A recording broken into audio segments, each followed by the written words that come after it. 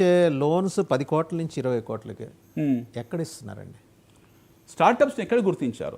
Startups కు మనకు major concern. ఎందుకంటే చాలా మంది స్టార్టప్స్ లోన్స్ కోసం బ్యాంకుల చుట్టూ తిరిగి నమస్కారాలు పెట్టి వెనక్కి వచ్చేస్తారు. ఎస్, స్టార్టప్ అంటే ఏంటి ఫస్ట్ అనేది దానికి క్లారిటీ లేదు మన దేశంలో. What is startup?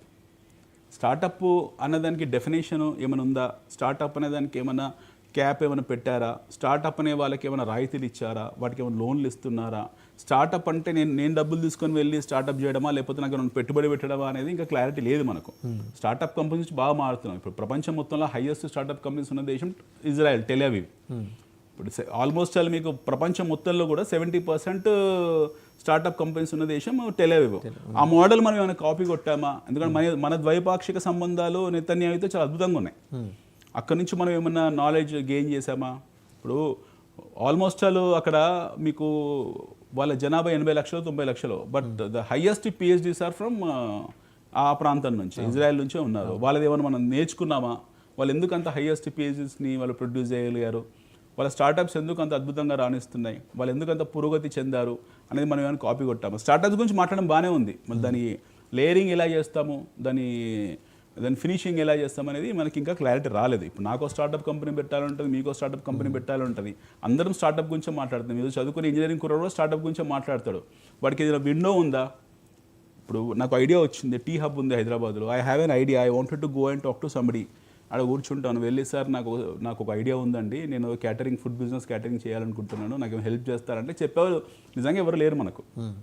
సో ఎవరికి వాళ్ళు ఇండిజీనియస్గా స్వతహాగా చేసుకోవాలి తప్పిస్తే దానికంటూ ఒక ప్రోత్సాహకరమైన ఒక ప్లాట్ఫామ్ లేదు. సో ఇది ఒక తయారు చేయాల్సి ఉంటుంది.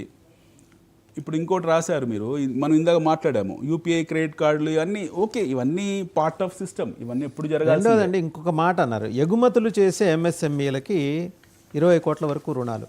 Only MSMEs aimed for their business exports కోసం, వాళ్ళకి మాత్రమే. ఇప్పుడు ఎగుమతి చేయాలంటే వస్తుత్పత్తి జరగాలి కదా. ఇప్పుడు నేను ఒక వస్తువుని ఎగుమతి చేయాలనుకుంటున్నాను, ఒక పెన్ను తయారు చేసి పెన్ను నేను ఉత్పత్తి చేసి చేయాలనుకుంటున్నాను. ఈ ఉత్పత్తి వ్యవస్థ మనకి ఎక్కడుంది ఇక్కడ? ఫస్ట్ నేను ఇప్పుడు ఎగుమతి చేస్తాను, ఇప్పుడు ఎగుమతి చేసినప్పుడు మీరు నా రాయితీ ఇస్తున్నారు, బట్ ఎగుమతి చేయడానికి నాకు అక్కడ సిస్టమ్ ఎక్కడ ఉంది?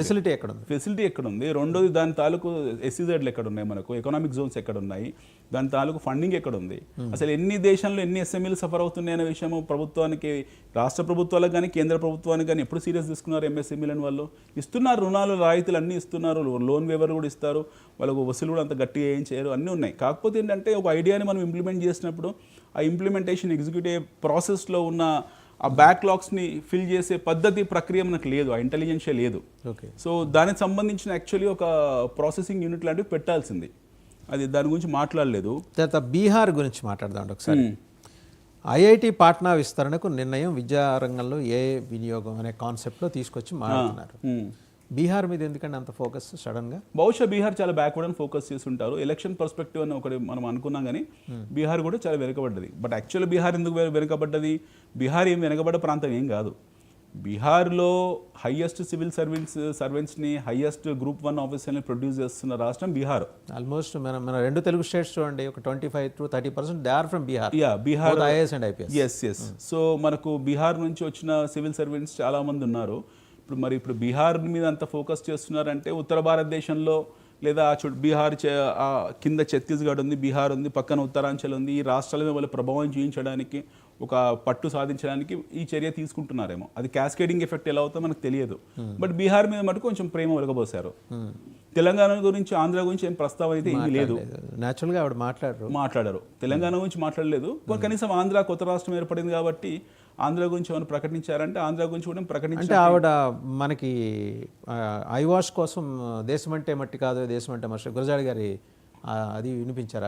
అది వినిపిస్తారు, అది ఒకటి వినిపించారు, అది వినిపిస్తారు. తర్వాత ఇంకేం మాట్లాడలేదు అంటే కొత్తగా